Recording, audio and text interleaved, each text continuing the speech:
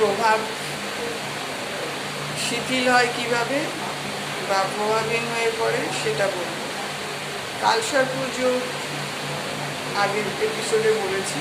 আজ আমি কালসর্প যোগের প্রভাবটা শিথিল বা প্রভাবহীন হয় যদি কারোর জন্মপত্রিকাতে লগ্ন থেকে সপ্তম স্থানের মধ্যে সমস্ত গ্রহ থাকে, তাহলে কালসর্প যোগের প্রভাব শিথিল হয়।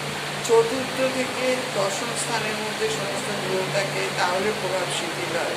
শুক্র যদি দ্বিতীয় দ্বাদশ স্থানে থাকে, তাহলেও শিথিল হয়, প্রভাবহীন হয় কালসর্প যোগের প্রভাব।